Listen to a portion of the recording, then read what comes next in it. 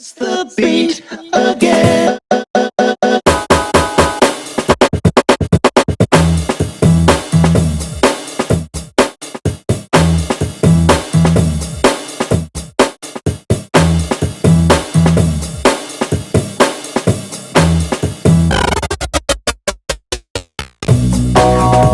Truth is stranger than fiction. When it gets too high in your kitchen, that's the beat again. Here we are. Just a little introduction. I know I've been emailing you for, I don't know, about 12 to 18 months. I want to thank you for responding from time to time, because I know you must get a lot of emails. I do indeed. Yeah, I can imagine. So thank you for your time. How long can you afford into your evening right now? I have probably about an hour before I run out of batteries. So Cool. I'm getting a bit tired. So probably an hour. Okay. So James, hi. My name's David. Aka Herschel 36. Listen, I've got a radio show on the Beat 106 FM. I'm just going to drop that to plug it, okay? Which is a local show in Spain, and the show's called Truth is Stranger Than Fiction. And I must admit that coming across your work has made a difference in my life. I'm just not sure whether it's a good difference or a bad difference, to be honest with you. Sometimes I wish I'd never woken up at all. I understand that sentiment, yeah. So would you like to just introduce yourself? All right. Well, I'm James Corbett. I'm from CorbettReport.com, which is a website that I started in 2007. But I've been living in Japan for the last 12 years now. Hard to believe, since 2004. And I'm originally a Canadian. I was studying in Ireland for a year, studying literature, Anglo-Irish literature at Trinity College, Dublin, and then was looking for another way to spend a year, to, waste a year and figure out something to do with my life. And I ended up coming to Japan, and I was just going to teach English here for a year, and that turned into 2, turned into 3, 4, 7, 10, 12 years now, and I've got a family here, so I'm happily settled down in Japan right now. But as I say, I started the Corbett Report website in 2007, initially just as a home for a podcast that I wanted to do, because I was encountering all this incredible information on the internet, and I thought, wow, I've got to share this with other people. So I started the website, and I had no idea it was going to become what it became, or that I'd be doing it for a full-time living at some point, but that's what I'm doing now, and I'm pretty blessed and honored to be able to do it. And it's only because of the support of people out there that support my work that I'm able to do this. So I'm using this pocket of opportunity to try to spread as much information as I can while I can, and in the best way I can. And that's basically the raison d'etre for the Corbett Report and what I do. Cool. Groovy. Yeah, Trinity College it's a great college to go to. One of the best, actually. You are very bright. There's no doubt about that. 2 of my brothers went to Oxford. I didn't. But so I know that level of intellect, basically. When I speak to people like Sophia Smallstorm, I don't know if you come across Sophia, but she is also incredibly bright. Like you, she looked into the story, the Hollywood story of 9/11 and 9/11 mysteries. She came up with. You came up with a 3 to 5 minute little ditty about 9/11, and I must say it was absolutely brilliant. And I've shared it, and lots of people have shared it with me, and I said I've watched it. How did you come up with that? And if people don't know, where would they go and find that little snippet? Because it's a great introduction to the comedy that is the official story of Bin Laden taking down those Twin Towers. Right. Well, it's been posted and reposted by a lot of people online, so you can probably find it a lot of different ways. But my video is entitled 9/11, A Conspiracy Theory. So typing that into a search engine will likely lead you there. And it's really surprising to me, because that started out as a video that I created on the 10th anniversary of 9/11, really just as it was something like an inside joke for the 9/11 Truth Movement. I did not expect that anyone outside the 9/11 Truth Movement would ever see that or care about that video. It was really just meant to be something, I guess, humorous. That's kind of a strange thing to do with 9/11, and yet it's just the way that it occurred to me to make that video, because I had that opening line about on the morning of 9/11, 19 men with box cutters, directed by a man on dialysis in a cave fortress halfway around the world. I had that line kicking around in my head and for a couple of weeks, and I knew that I wanted to do something like that, just to say the actual story that we are expected to believe about 9/11, just to say that. It is, I mean, it's such a silly story that when you just say it the way that they intend us to believe it, it almost makes fun of itself. So I kind of understood that there was something inherently humorous about that, and I had the kind of voice of that kicking around in my head for a few weeks. And then, so it came to the morning of 9/11, at least in Japan, so it was, I guess, the evening of 9/10 for people in the United States, and I just sat down and I wrote and recorded and edited that video in one day. And I was in my pajamas most of the day, just doing that at home.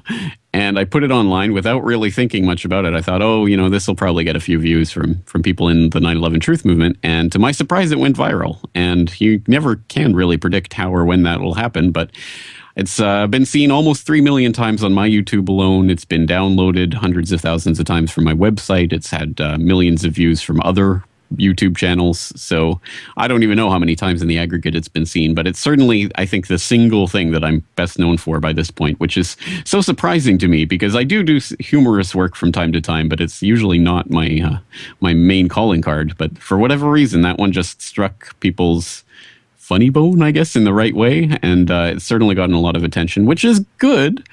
But I probably would have done it a little differently if I had have really realized this was going to be more than an inside joke, because there's a lot of really obscure references in there to people and events that you wouldn't really know about unless you had been studying 9/11 for many years. So I did put up the hyperlink transcript online so that people who are interested could find out more about who these people were and what I'm referring to in different parts of the video. But I don't know how many of the millions who have seen it have bothered to look at the transcript. Well, that's right.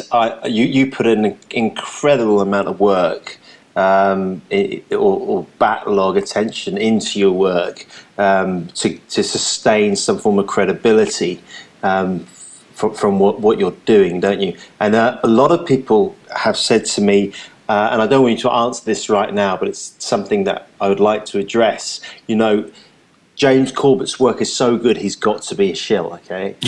And like, you know, it's very difficult for normal people like myself who are in this particular, or coming into this discussion, to understand who's who and what's what and what's real and what's a lie, because there's a lot of psyop information out on the net. That's the way the powers that be control it. Anyway, listen, because this is going on a radio show on Wednesday night, I'll be cutting and editing certain aspects, and I've got beds for you to go into for that radio show. So we're going to take a little time out here, okay, and then we'll come back in. That means nothing to you. It's just that I'm going to say time out. Okay, James. So we're back in. I was leading with the question. Which some people do find quite offensive, but I'm not being offensive. I'm here sitting as an ordinary geezer who bounces from London to Spain, and I want to know what the truth is. So what is the truth about the rumours of you being, you know, a CIA plant, a shill, or whatever you want to call it? Is there, you know, clearly you're going to defend yourself either way, but can you give me a response to that? Well, that's right. I mean, it is kind of a humorous question, because there's really only one way to answer it. If I am a shill, I would say I wasn't, and I'm not a shill, so I'll say I'm not. So you'll only ever get one answer from that. But I think perhaps more interestingly, or more importantly than that, is I think you're right that there is a lot of compromised information on the internet, and that the best way to mislead people and to misdirect them is to simply put a whole lot of bunk information out on the internet and get people spinning around and chasing their own tail and going down rabbit holes that go to nowhere. So I think that that's important for everyone to keep in mind, which is why I would say not to trust any source of information simply because they seem to be a reliable source of information. I think regardless of who it is, even if they are on the up and up, like myself, honest people trying to find the truth, they can be mistaken. They can be led down false paths. They can have the information wrong themselves. So I would never trust a source of information implicitly, which is exactly why from the very beginning of the Corbett Report, one of the things that I wanted to do with the website was to fill in the gap that I saw from a lot of the podcasts and things that I was listening to at the time when I started getting into this. I thought, well, a lot of this is geared towards radio shows and things that they put out information, but not in a coherent way, not in a way that people people will have to go and look this information up for themselves. But I thought this is the age of the internet. We have hyperlinks. People can get links directly to source documents and things of that sort. So my first thought for the Corbett Report from the very beginning was to have links to all of the documents I talk about. If I talk about an article, if I talk about a document, if I talk about a court record or whatever, I can have a link directly to it in the show notes or in the transcript or whatever of whatever I'm doing, so that people can go and look at it for themselves. You don't have to take my word for it. Here's the actual document. Go read it for yourself. So that's been an integral part of my work since the very beginning. And I think that's something that I hope can... Well, actually, I would hope it wouldn't differentiate myself from anyone else, because I would hope everyone would be doing this. But that's really what I see the future of successful alt-media revolution, if such a thing can take place, being, is an open source revolution where people share their source documents so that, yes, they might make errors or they might be trying to lead you astray, but if they show you the sources that they're working from and how they arrived at their conclusions, then you can go back and check their work, as it were. So that, I think, is an important thing, not just for the Corbett Report, but I think for the alt media generally, is that people now it's up to them to take this information, to look at where it's coming from, to see how it's put together, and to just judge for themselves whether or not that's valid. And that's what I come down to at the end of the day. Who cares if I'm a shill or not? Do I provide information that is useful for you or not? And is it verifiable or not? That's really, I think, the operative question. Well, that's a really good point. And then I'd say to you, well, Alex Jones also provides very pertinent information, but clearly seems to be playing a role. And a lot of people don't like him because they feel that he is the front of the Jewish elitist group that some people call the Zionists. And that so although I want your information and I'm actually gaining inspiration from you and others to do similar things, but A, it takes a lot of time, and B, it takes a lot of research, and then you've got to have a hell of a lot of integrity, which I feel that you do. And clearly you've moved from this being a part-time gig into a full-time gig. That's correct, isn't it? Yes, that's right. Okay, and what's the name of the guy that you do the co-presenting with? I can't. The musician from the US. Are you referring to James Evan Pilato? I am. Yes, okay. He's not a musician, although I suppose he has been in various bands over the years, but I think his main gig was as a radio host for a while, but he's now doing his MediaMonarchy.com as a full-time endeavor as well. And he and I do a weekly podcast called New World Next Week, where we go over 3 news stories every week. That's right. I'm an advocate of that particular show. It's fantastic. It's entertaining. It's short. It's to the point. Punchy would come to mind. So the topic of this particular conversation, okay, for me, is the presidents of the United States of America. Now, before we start, and I've got to think about the presidents of the United States of America, but before we start, I always ask this one question. If you had a favourite or a least favourite president, who would that be? Wow. I feel singularly unequipped to answer that question for so many reasons, one of which being that I'm not American. No. So I don't have any sort of allegiance to any American president per se. And secondly, I'm an anarchist, so I don't have any allegiance to anyone who claims to lead other human beings. Correct. Involuntarily, anyway. I'm also an anarchist. And of course, I'm aware of Jeff Berwick's conference taking place next month. However, George W. Bush Jr. is my favourite because he's such a blithering idiot. And I swear that if you got him drunk over dinner, he'd spill the beans about 9/11 and other murderous acts that they've done. But yeah. There are those who say that the whole country bumpkin thing is a shtick that he did to be more electable. I don't know if that's true or not. He does seem like a pretty dumb person. But whatever the case, I'm pretty sure he wasn't really in charge of anything that mattered. I'm pretty sure they kept him out of the loop until need to know for most of the events that were taking place during his presidency. Well, exactly. But yeah, but there is something to be said about a blithering idiot like that. Kind of, I mean, because if nothing else, the blatant fraudulence of the 9/11 events and the war in Iraq and all of that took place under the Bush presidency, it certainly did wake up a lot of people, including myself. I mean, 9/11 was a touchstone event for myself to understand what the real world we're living in. So, in a way, I think you're right. I mean, it is good to have such a baldly inept presidency, or inept in certain ways, to help people realize just how completely moral-less the entire system is. And I think that you could make an argument for that being a good thing. Yeah, but certainly I'm not going to sit here and say, oh, wasn't it great when... No, of course. I don't know. President Washington started took down the Whiskey Rebellion as soon as the United States started. I mean, that's right. George Washington, February the 22nd, I do believe, 1732. I think he came into his dictatorship. But it is really interesting because with 9/11, then that justified us attacking Iraq, and of course there was no connection. Even no one had any connection between Iraq and 9/11. There was nothing. Yet we still attacked Iraq. And so if George W. Bush is a blithering idiot, my lord, what does that suggest for the people like the guys who live in the US and us guys who live in the UK? What does it say for us? Because we are following these people as if they actually have something decent to say. And that, I must say, is heartbreaking.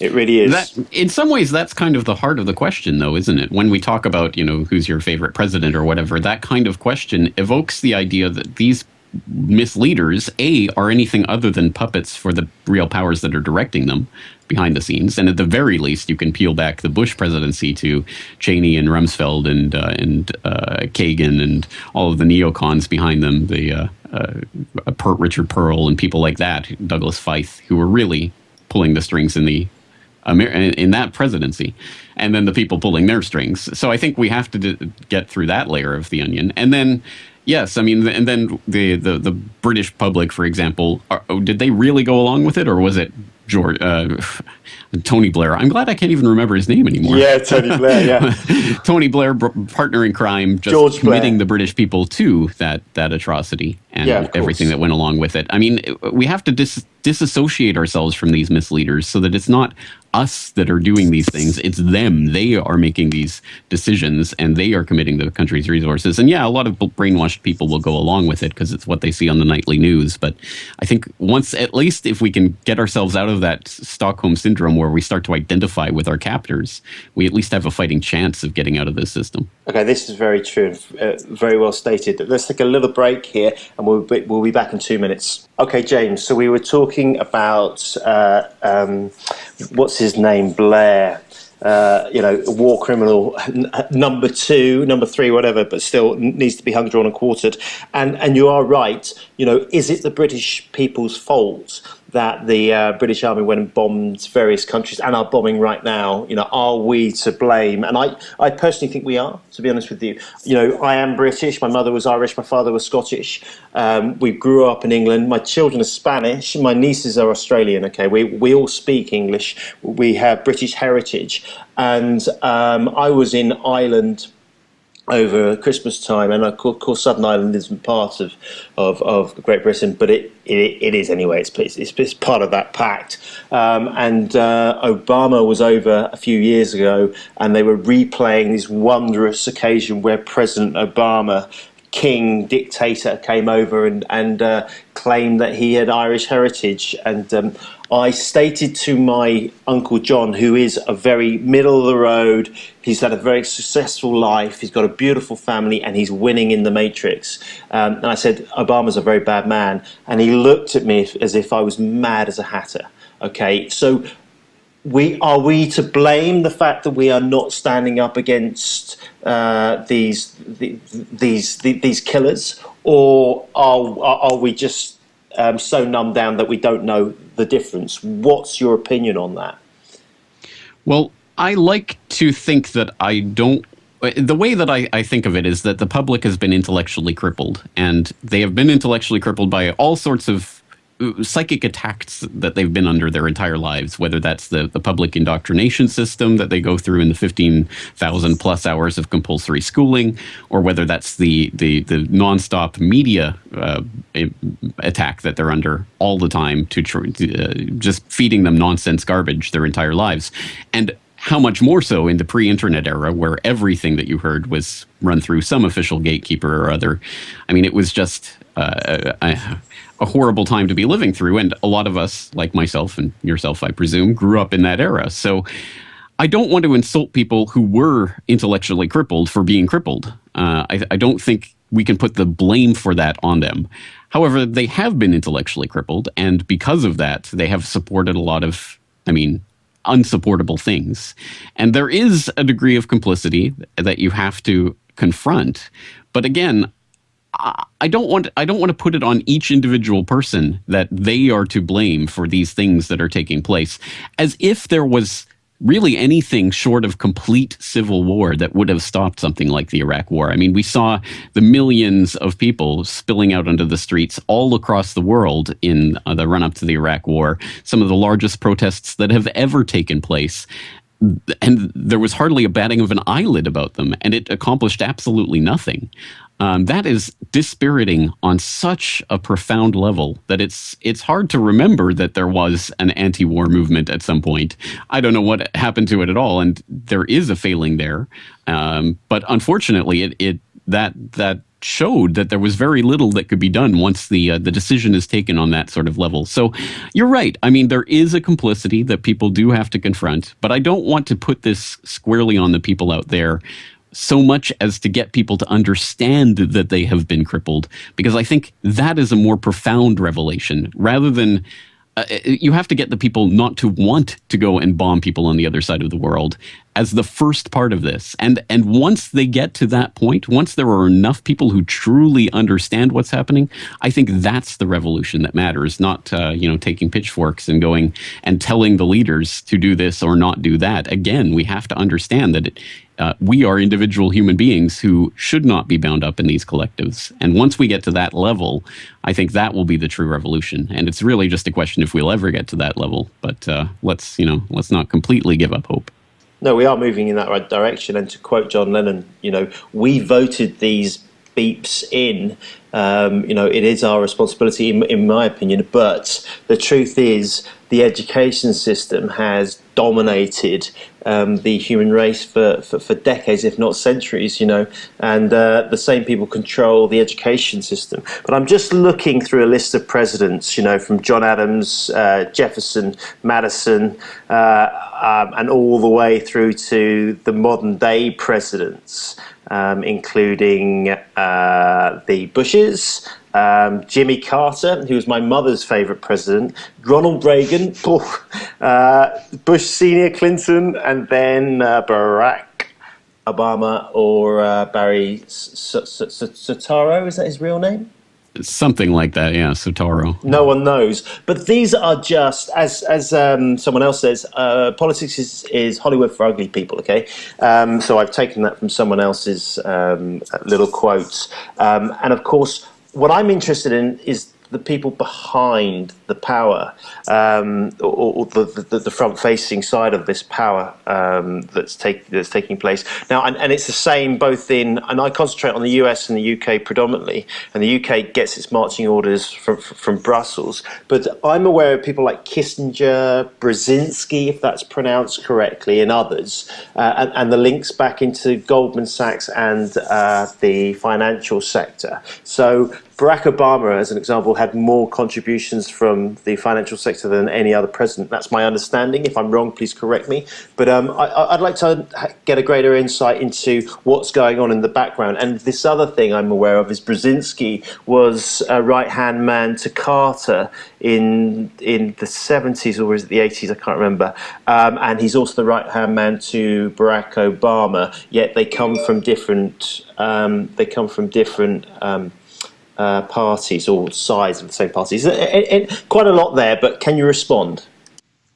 Well, I mean, take a look at someone like Zbigniew Brzezinski, who is, by all outside measure, just a professor academic type who got into the foreign policy world and became national security advisor under Carter and has been around in democratic circles for several decades. And from that kind of public front-facing side of the story, it doesn't seem all that interesting or unique. But when you actually peel it back, you find that, for example, Brzezinski, together with David Rockefeller, created the Trilateral Commission back in 1973.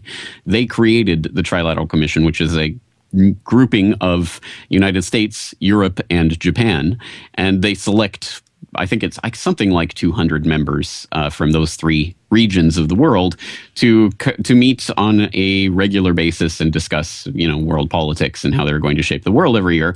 Most people have probably heard of it in passing, but haven't really heard much about it at all. Whereas you hear something like Davos, what's happening right now in Davos, Switzerland, you hear about that on the news every night, but you never hear about these groups like the Trilateral Commission. And it just so happens that the Trilateral Commission founders, David Rockefeller and Zbigniew Brzezinski, handpicked at the time, relatively unknown governor, peanut farmer, really, from the United States called Jimmy Carter to be the next president. And they helped to get him into office at a time when no one knew who Jimmy Carter was. They were getting him on the front pages of, I think it was Time magazine, and then he won some of the primaries, and there started to become, a groundswell of support for his campaign. And suddenly he became the front runner, whereas just a few months before that point, no one had ever heard of him, and he ended up getting the presidency. And then he went on to appoint, and I don't have the number off the top of my head, but some staggeringly large number of Trilateral Commission members in his cabinet, dozens of them, considering there was only, I think, something like 70 or 80 members of the Trilateral Commission in the United States at that time, and something like half of them ended up in Jimmy Carter's cabinet. You start to understand how this type of system works. And I think what you might be alluding to with Brzezinski and two sides, I think really the mirror image of someone like Brzezinski is someone like Kissinger, who again seems like just some academic, dry foreign policy kind of advisor. He was, of course, Nixon's Secretary of State and National Security Advisor, and went on to serve under Ford. And he's advised various presidencies since then, in fact, including Bush and the Iraq War. It was suddenly revealed halfway through the Bush presidency, oh yeah, he's having daily meetings with Henry Kissinger, who was originally slated to be the man to chair the 9/11 Commission. An interesting story all of itself. But anyway, so Kissinger is just basically the Republican mirror image of Brzezinski, but they're really arguing for very similar ideas. They're just coming at it from the different sides of what can really be understood as different management arms of the same corporation, or different mobsters in the same mafia, just vying for control. And I think that's the way we have to understand it. There are forces behind these presidents, these people who are appointed to give the teleprompter speeches, that are light years away from what the public believe is happening and what they believe they're voting for. And it's really just a question of, are we going to have the left side or the right side of this same idea, this same ideology, this same agenda take control? And that's all it is. So you get the difference between a Bush and an Obama doesn't amount to a whole lot. It's really just a question of the way that they conduct their foreign policy, but they're leading to the same place, which ultimately is towards consolidation of control under regional governments and eventually a global government. So what is behind the likes of Kissinger and Brzezinski? That's the ultimate question. I mean, how many layers of the onion can you peel back? And there's a lot of debate about who's at the very top of the pyramid, and I don't think we're probably going to solve that on a radio show like this at this point. But here's the way I think about it. We can understand what they're working towards, and we can understand the types of forces that are behind people like that. For example, you mentioned the financial world. Absolutely, of course. When you look at the big banks, they are behind funding the campaigns, at the very least, of all of these puppet political figures. And of course, when you look at the global financial collapse and the trillions and trillions of dollars that were paid out to various banks in the wake of that collapse, and of course, it's all the same connected banks, the Goldman Sachs and their brethren, their banking brethren, we start to understand that they are key players in this system. The intelligence agencies, of course, have to be put in there. I mean, JFK, for example, said he was going to fracture the CIA into 1,000 pieces and scatter them to the winds, and he fired Allen Dulles, who was then head of the CIA, and then he got his head blown off in broad daylight, and had Allen Dulles appointed to head, or to be one of the heads of the commission that investigated his death. Very interesting. So I think you have to look at intelligence, but intelligence and banking are very intimately connected. When you look at the birth of the CIA and the people who were behind it, it was a bunch of Wall Street's lawyers, basically, were the people who helped to found the CIA, including Allen Dulles and his brother, John Foster Dulles, who went on to be Secretary of State under Eisenhower. So there's intelligence and banking. There's secret societies, but again, they're almost the same thing, because a lot of the secrets, like, for example, CIA has an awful lot of Yaleys, and a lot of the Yaleys were Skull and Bones, including, of course, Bush. George Bush Sr. and Jr. Bush Sr. pretended not to be in the CIA for many decades until he became appointed director of the CIA in the 1970s, and then, of course, went on to become the president. And there are many, many, many CIA agents who come from the ranks of Skull and Bones, which is a very, very small society on Yale, but has a very large number of CIA people behind it. So that's just one example of these types of secret societies. So there's a secret society / banking / intelligence agency network there that we can identify. And I think the question at the top, is it royalty? Is it banking interests? Again, I don't have names. I don't know who's the person at the very top, but we understand what they are going for, which is, as I say, the consolidation of control in a global government. And that shouldn't be surprising at all to anyone who's studied history, because that's what every tyrant throughout history has been lusting after, is total control. And we are living in an age where that is possible. It's feasible in a way that was never even thinkable before, with the types of technologies that are available now to really bring about the complete consolidation of total global control in a global enslavement grid that we already see the outline of through all sorts of different technologies that are coming out right now. That's right, James. That's absolutely fantastic. Okay, let's take a little break here, and we'll be back with you in 2 minutes. Okay, James, you mentioned a number of things there, which is absolutely fascinating, and you said it very coherently. Okay, so great for anyone who's coming new to this topic. The banks seem to be at the centre of our social grooming. You did say that you don't know who's at the top. Many people would say that this is a spiritual war and Lucifer's at the top, but I know that's not your gig, so let's not go down there. Clearly, the CIA has had a reach across the globe. They seem to create warfare, so they could, problem, reaction, solution, the Hegelian dialect. And there seems to be a lot going on right now regarding the financial system, because, if you look at any of the reports, they can't borrow enough debt into existence to keep this global Ponzi scheme moving forward. And it seems, again, historically, that in times of difficulty, those with money go and buy all the assets. An asset is a house, a gold, silver, water, and now they're even trying to tax air. That's where they're moving towards, I think, it seems. So behind these leading figures are the bankers. Now, if I look at the history of the bankers, it takes me towards the Catholic Church and the Jesuits. Is there any truth in that? Because I know you've done a lot of work on the Hegelian dialectic as well. Not the Hegelian dialectic, the professional assassins, the Gladio network. So can you respond to that?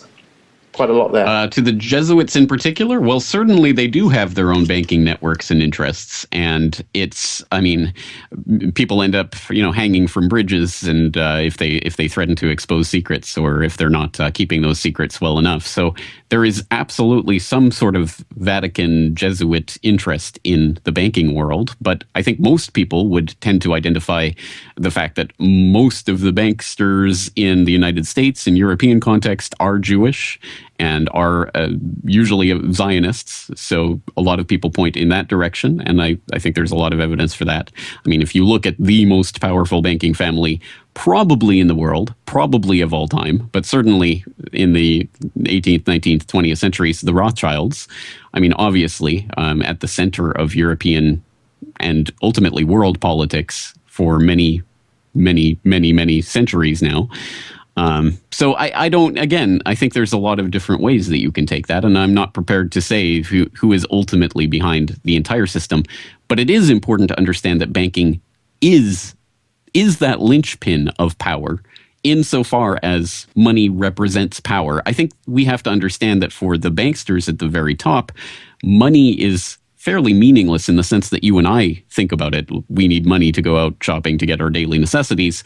These people have the control of the spigot from which this money is created, quote unquote money, this funny money is created. So at that point, it isn't about money in the sense that we think about it. It's about power. That is ultimately what this is about. And it's an incredible power to be able to control the creation of money. I mean, that is the fundamental power to steer society in whatever way you want. And really, I mean, if you think about it, for example, in the American context, I'm most familiar with the American banking system because I did a documentary called Century of Enslavement about the history of the Federal Reserve.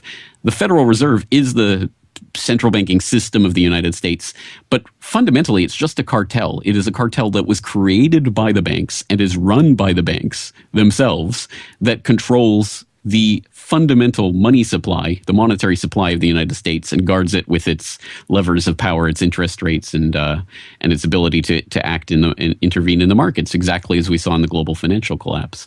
And with that power, they can steer industries, entire industries, in whatever way they want. They can lend to these types of industries or these types of corporations or these people that are on the inside, and they can not lend to those people, or they can call in loans on people that they want to shear at the right time, and they can send them under. And like what happened with AIG in the financial collapse. So with that power, you can control societies. And I think we have to understand that that is the way that control has been wielded for a very long time.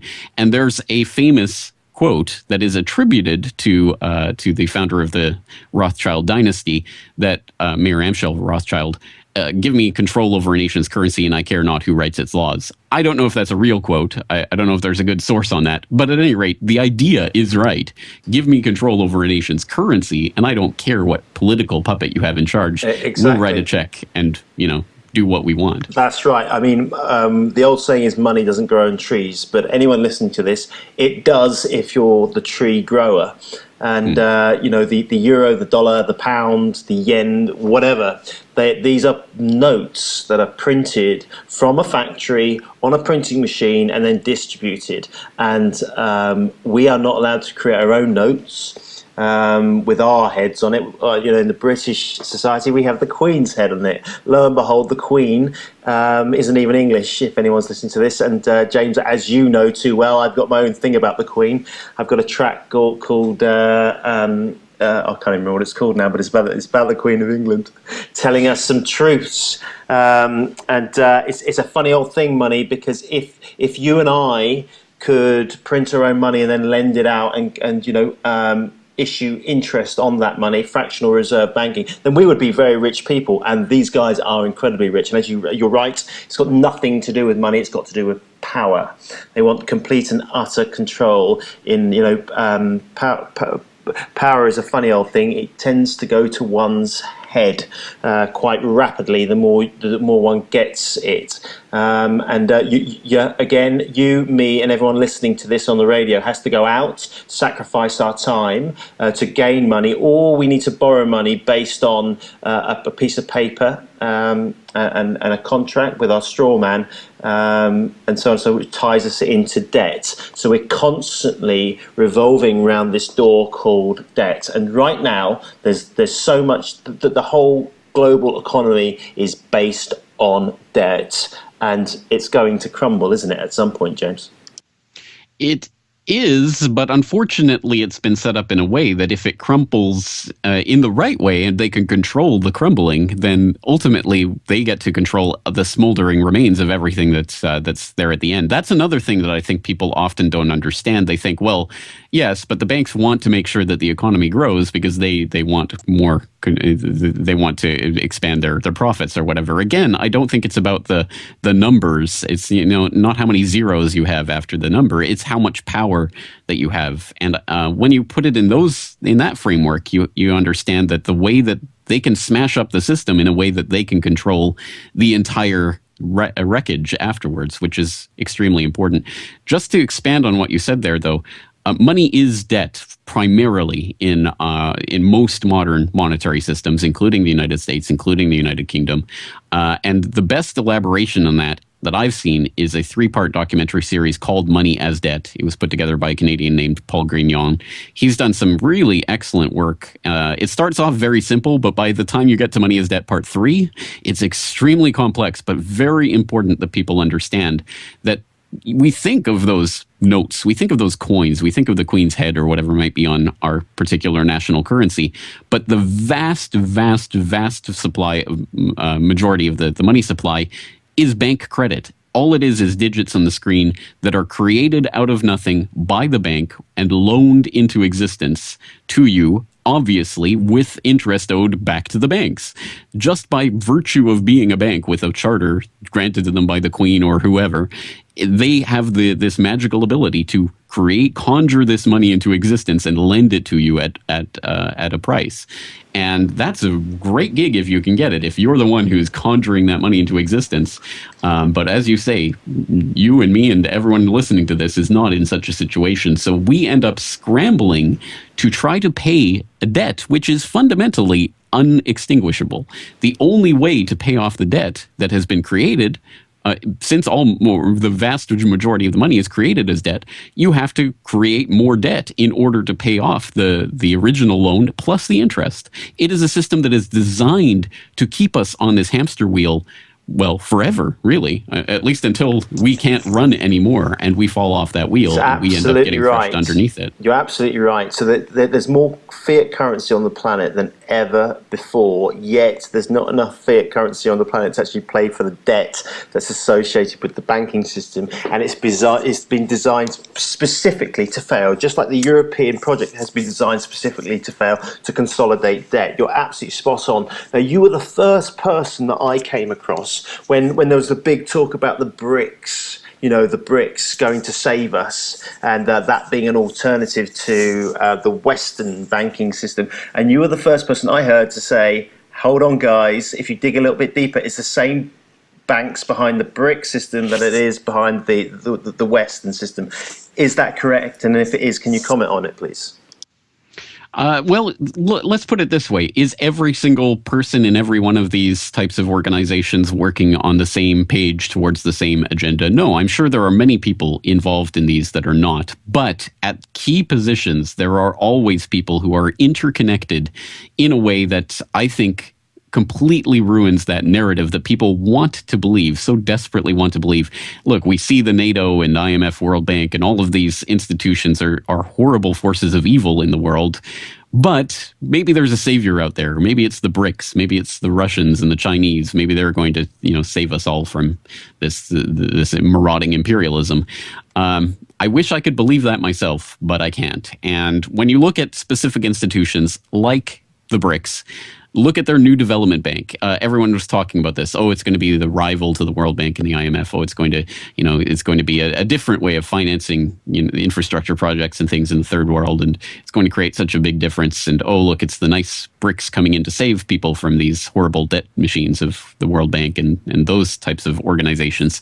But then you look into it, and it's many of the same people on both sides. For example, the vice president of this new BRICS bank is an executive board member of the IMF. His name is Paulo Batista. Go look it up for yourself. Executive board member of the IMF and vice president of the New Development Bank. Or you have Kundapur Vaman Kamath, who was the chief of the new BRICS Bank, and also a former rival of the Asia Development Bank, which is supposedly a rival to this. It's the Japanese U.S. proxy bank in the East. Or look at the new Asia Infrastructure Investment Bank that China has just started as its own rival to the BRICS Bank, which is kind of strange. But anyway, they just appointed their new president, Jin Li-chun, who was the former vice president of that Asia Development Bank and an alternative executive director of the World Bank. Again, when you actually look at the specifics of these people and their biographies, they all interlap. They're all interwoven. They all meet with the same people. Kissinger and Rockefeller and people like that were intimately involved in the opening up of China to the world in the 1970s. They were the ones behind Nixon's initiative. It wasn't Nixon who masterminded that. It was Kissinger working through Rockefeller. And it was Rockefeller meeting with Rong Yiren in New York, in Chase Manhattan's offices in New York in 1980 or so. That meeting was really the opening up of the Chinese economy to Western business, which started this great boom of the last few decades that made China into what it is.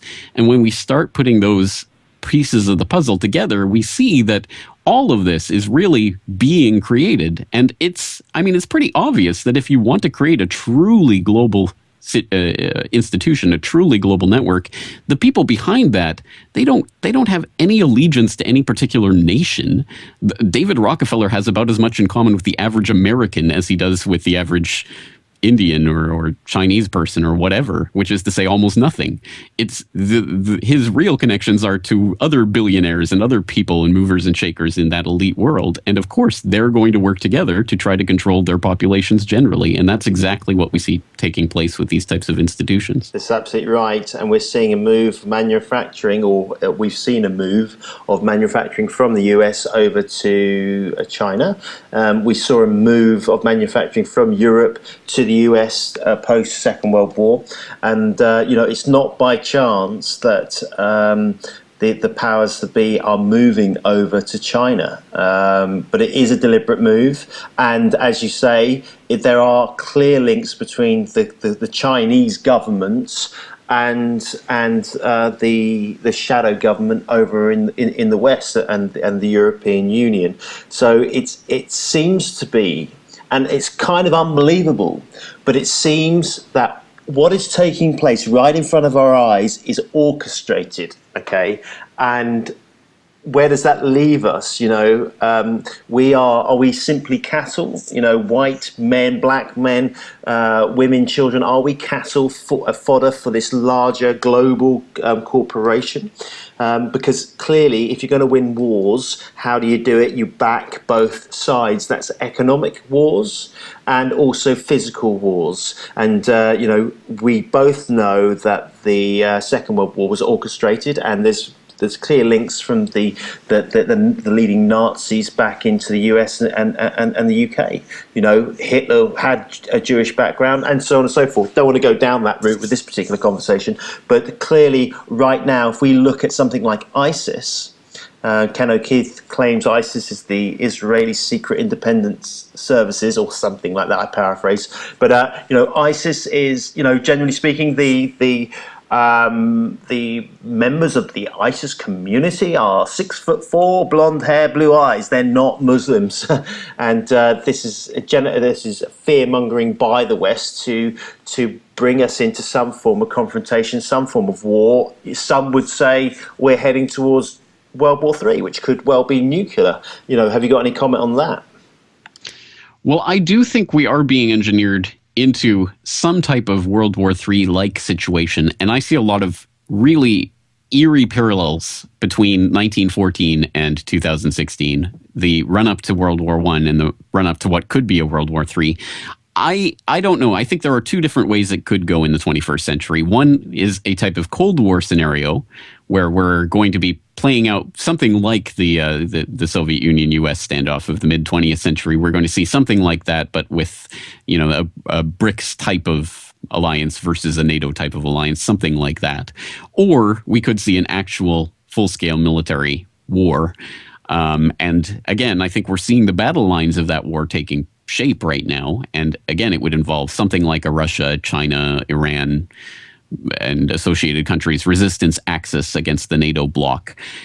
And so we see that taking shape. I certainly hope it doesn't come to that, because obviously with the First World War and the Second World War, really parts 1 and 2 of the same war, it led to the deaths of tens of millions of ordinary people. And of course, not for their benefit, but for the benefit of the people who are controlling those wars. And that's the way war always plays out, of course. You can have your head filled with a lot of, you know, fantasies by, you know, powerful rhetoric and jingoistic language. But at the end of the day, you're basically fighting for the banksters.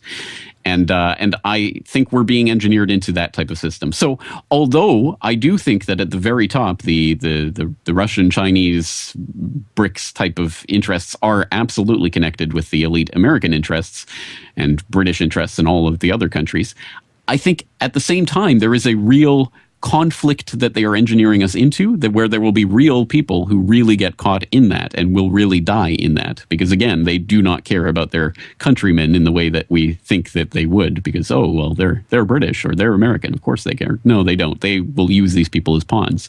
So I see that type of conflict being arranged again, so that at the end of the day they will be able to consolidate further power. Exactly at the end of World War I, you had the creation of the League of Nations. At the end of World War II, you had the creation of the United Nations and Bretton Woods and World Bank and the IMF. At the end of World War III, who knows? Maybe the global government or some stepping stone on the way towards it. And I think that's what we have to really keep in mind. And again, that does bring the question of what are we to these people who are puppeteering this system? And are we just cannon fodder of one sort or another? And in that regard, I think the scariest quote that I've heard in a long time came from Zbigniew Brzezinski a few years ago, when he was giving a round of talks about this idea that it used to be easier to control 1 million people than to kill 1 million people. But, and he said this, you can go look up and I think even on YouTube it is there, where he gave a speech saying, it is now easier to kill 1 million people than to control 1 million people. And when that is the way that the quote-unquote elite, the degenerate psychopaths who are at the top of the system, are looking at this system, I think that should give us concern about what's coming and really puts, I think, the urgency on this type of information, because we are really reaching that, I think, inflection point, and we're getting technologically to the point where we're talking about engineering the genome and engineering superhumans and uploading our consciousness to computers and robot takeovers and all of this nonsense, which is science fiction, Buck Rogers nonsense, but it is coming true in the coming decades. And in that turnover, I'm pretty sure that the people at the top of the system do not want the average person to have the access to these types of technologies. They want them out of the way one way or another. So that's where the depopulation agenda comes in. And that could be part of what this engineered conflict of the 21st century might be leading us towards. Brilliantly said, and you are right about Brzezinski. I used that quote as a sample for my radio show, and I'll pop it in straight after we finish live on Wednesday night.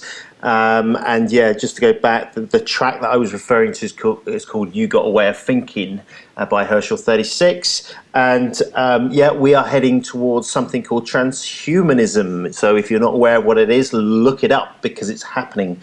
And it's really, really interesting what you said there, because, of course, there was a policy in Germany called eugenics, and the topic of eugenics hasn't gone anywhere. And it seems to me, from Operation Paperclip to the CIA, that the leading figures behind the Second World War didn't actually lose the war. They just moved into North America and South America and leading factions of the secret agencies, etc., etc. And so we are now living out the larger European program, and part of that agenda is called eugenics. Transhumanism is part of the eugenics program, I believe. Now, there's clearly a hell of a lot of information here, and for some, it can be very, very frightening, because my normalcy bias will tell me that my government is here, it's been elected, and my government wants the best for me and will provide for me in times of difficulty. But that's not the case, is it, James? It is not. I'm afraid it is not. And we can, I guess, curl up into a fetal position with that information, or we can try to face it squarely for what it is, and based on that information, adjust our lives and the way that we think about the world accordingly. And one, I think, is a childlike response, and the other is the way an adult would respond. And I think it really is time for humanity to decide whether they are children that need mommy or daddy government to wipe their nose and tell them what to do and try to take care of them from cradle to grave, or to be adults and to start taking responsibility for their own lives. And it's a decision that we have to make very quickly because of these types of changes that are taking place in the world. And if we don't make it, these decisions are going to be made for us by these very same types of people who have been misleading us into war after war and all of these, the economic collapse and everything else. So, I mean, it's an extremely important question. And you're right. I mean, normalcy bias is so tempting. It's so easy for people to slip into that and go, well, we're all heading in. It's generally going all right. Of course, things go wrong here and there, but it'll all turn out right in the end. I think we have to snap out of that conditioning that we've been under and start looking at some of this information, like eugenics, which I really think is one of the key pieces of this puzzle. You introduced it as a German idea. It really gained notoriety in Germany in the run-up to World War II, but it was fundamentally a British idea. It was coined by Francis Galton, of course, it was British, of course, cousin of Charles Darwin. And it was funded and really propagated by people like the Rockefellers in the United States. And it certainly did continue after World War II, but it continued under a different name. They just called it crypto eugenics, and they said, we can't say it's eugenics anymore, and we'll have to take it in other ways. So they started the Population Council in the 1950s. John D. Rockefeller III funded that directly from the American Eugenics Society. They really just kind of changed the name on the door and continued their work. And population control became global warming alarm and is leading us down that path. And it's ultimately, as you said, I think earlier in this conversation, they are literally going to try to tax the air you breathe and control life at that level. And ultimately, I think the long-term game plan will be to have individual carbon rations and to try to herd people into these compact cities where they have very little freedom to do anything other than to exist in whatever way their overlords tell them to exist. That's the type of scenario we're being led into. And a lot of people will go into it willingly because they believe all of the lies along the path. And so I think the first thing we have to do is confront those lies, and then we can start to think about how we detach ourselves from that system. That's right, absolutely. Brilliantly said. One thing you didn't point out was something called Planned Parenthood, which I think is also the face or a face of this eugenics agenda. And just going back to the one world, one currency, one religion. Back in 1988, on The Economist magazine, the front page of The Economist magazine, I'm sure you're very aware of it, they had a phoenix coming out of the fire with get ready for a world currency by 2018, which is, lo and behold, people, 2 years away. And this is the plan. And there is something, James, just before we wrap up, there is something about the elite that they need to tell us, don't they? There's something karmic about them having to tell us what they're going to do in some ways, whether it's via the movies or cartoon Simpsons, this programming essence of it. And so we subconsciously have to agree to what they're going to do, 9/11 being an example. Is there any truth in that from your perspective? Well, it's certainly true that there are, a lot of open discussions of these types of issues in completely, as I say, open forums and open places, and people like Brzezinski talking about how it's easier to kill 1 million people than control them. startling things that they, I think, are often confident that the general public just won't even bother to read scholarly articles or follow these types of issues. So I think that they do often talk about that, whether it's for karmic purposes or simply because it's easier to communicate that way. I don't venture to know, but it absolutely is the case that so much of this information is completely open and completely accessible. So again, I think it really does come to us to confront that information and to not turn away from it and to look into it for ourselves. Again, do not trust me. Do not listen to what I'm saying and just believe that everything that's coming out of my mouth, everything that I'm saying is either true or false and can be looked into. And I know that is a lot of work for people who have lives and are trying to earn that phony fiat money from nothing in order to put bread on their table and feed their families. I get it. It's a lot of work, but I'm afraid it's for all the marbles. This is not a game. This is not something that we're just doing to pass the time. This is truly the future of humanity is on the line.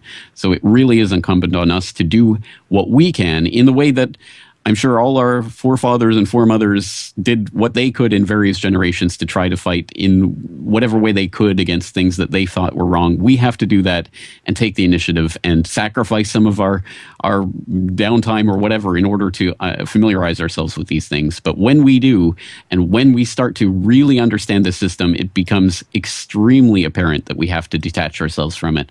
And there are ways to do that. I mean, we give this system power by participating in it. We give the system power by using their currencies to trade with each other and giving them all of our time and attention and putting all of our emphasis on these presidential elections or parliamentary elections. All of it is nonsense. We can choose to detach ourselves from it, and that is ultimately our power. And we have to use it soon because we might not have that power forever. That's right. Okay, we're going to take a little break here and we're back with you in 2 seconds.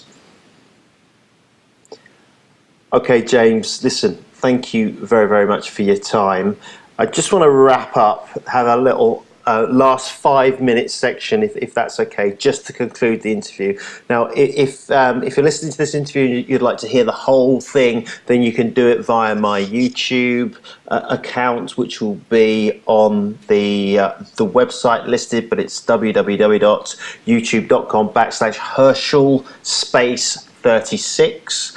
It might be difficult for some, but just get in contact if you want to hear the whole thing, because it's pretty informative. There's all sorts of topics that we haven't managed to touch upon, but basically this is a kind of warning, a wake-up call to all people who are coming across this kind of information, that what we are discussing is real. There is a banking elite. I call it the cartel. I think you mentioned the cartel. I've got a track called The Cartel, and these people are rigging the Forex markets, the LIBOR scandal and so on and so forth. There's so much out there, but I know that you're acquainted with a guy called Jeff Berwick, aren't you? Jeff's running a conference in Acapulco next February on the 18th, 19th, 20th and 21st, I think, 4-day run. You went last year. Can I ask, are you willing to give me a little overview, a taste of what it was like?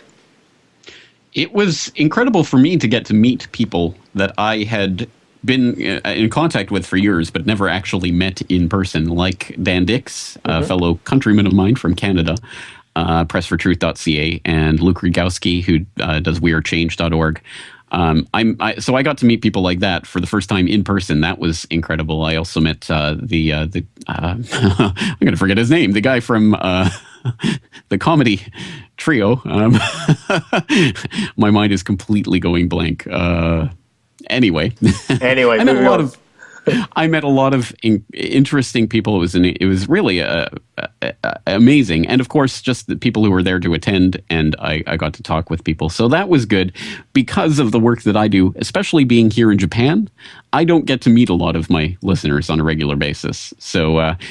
Which may be a good or a bad thing. I mean, I think there might be a little bit of both. I don't know what it would be like to be recognized on the street. I will certainly never be recognized on the street here in Japan. But it was interesting to get to actually see people. And I think there is a value to coming together with like-minded people like that and getting this offline and into the real world where ultimately this is going to make a real difference. So I think that's valuable. And of course, I mean, Acapulco was absolutely beautiful at that time of year. I don't know what it's like where you are, but here in Japan, it's freezing right now. So Acapulco would be nice. Unfortunately, I'm not going to be going this year, so I will not be attending. Well, I'm kind of hoping, myself and my producer, we're hoping to get ourselves over there. We're still trying to work it out at the moment. But from your perspective, you are now famous, right? Whether you like it or you don't. So you can rub shoulders with the likes of Kim Kardashian. How does that feel? I don't care in the least about Kim Kardashian, but how dare you? I wish I was not famous. I have no interest in personal fame in this, and that's why I think I'm comfortable living in Japan, where no one will ever recognize me, which would be strange. It would be a strange experience, I think. But yeah, it's one of the things that one of the prices you pay for putting your face out there, and it's something that I had to commit myself when I started the website. That's right. Well, I'm going to put my name out there. I'm going to put my face out there. People are going to know who I am, and let the consequences of that be what they may. And a lot of people think that when you get into this type of thing, it's all cloak and daggers, and all these intelligence agencies are going to be swarming all over you. I've never had any overt threats or anything like that from anyone, any intelligence agencies or whatever.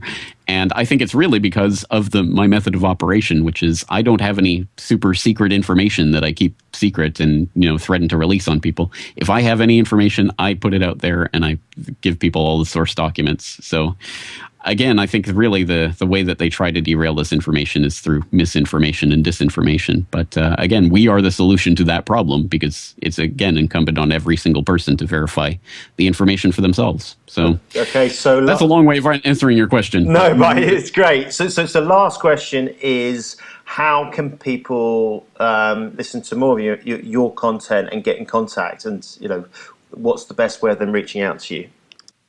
The one-stop shop for all of my information is corbettreport.com. That's CORBETT report.com, and you can find my YouTube and Twitter and all of that there. You can find my associated website on Fukushima, the FukushimaUpdate.com. You can find my research on my reports on other websites like globalresearch.ca and boilingfrogspost.com. I write a weekly newsletter or editorial for the International Forecaster newsletter. All of that's there. Thousands of hours of audio and video media available for free listening and viewing online. So lots of information there. I just hope people will use that website as a resource, because that's what it's there to be. And hopefully it's just the beginning of a research. I wouldn't expect it or want it to be the only place that people go, but I hope it's a good place for people to at least start connecting some of these dots. Brilliant, mate. Listen, again, thank you for your time, your expertise, because clearly you are an expert in this area, okay? And also, the fact that you're standing up for the right of humanity to have a life and not be slaves to, as you term it, the banksters. Hey, I'm Herschel 36. Thanks for watching Truth is Stranger Than Fiction on the Beats. You enjoy it? Thumbs up. Don't forget to subscribe, people. Brought to you by Just Finish It Records. Wicked. Hope for the best, prepare for the worst. Herschel 36.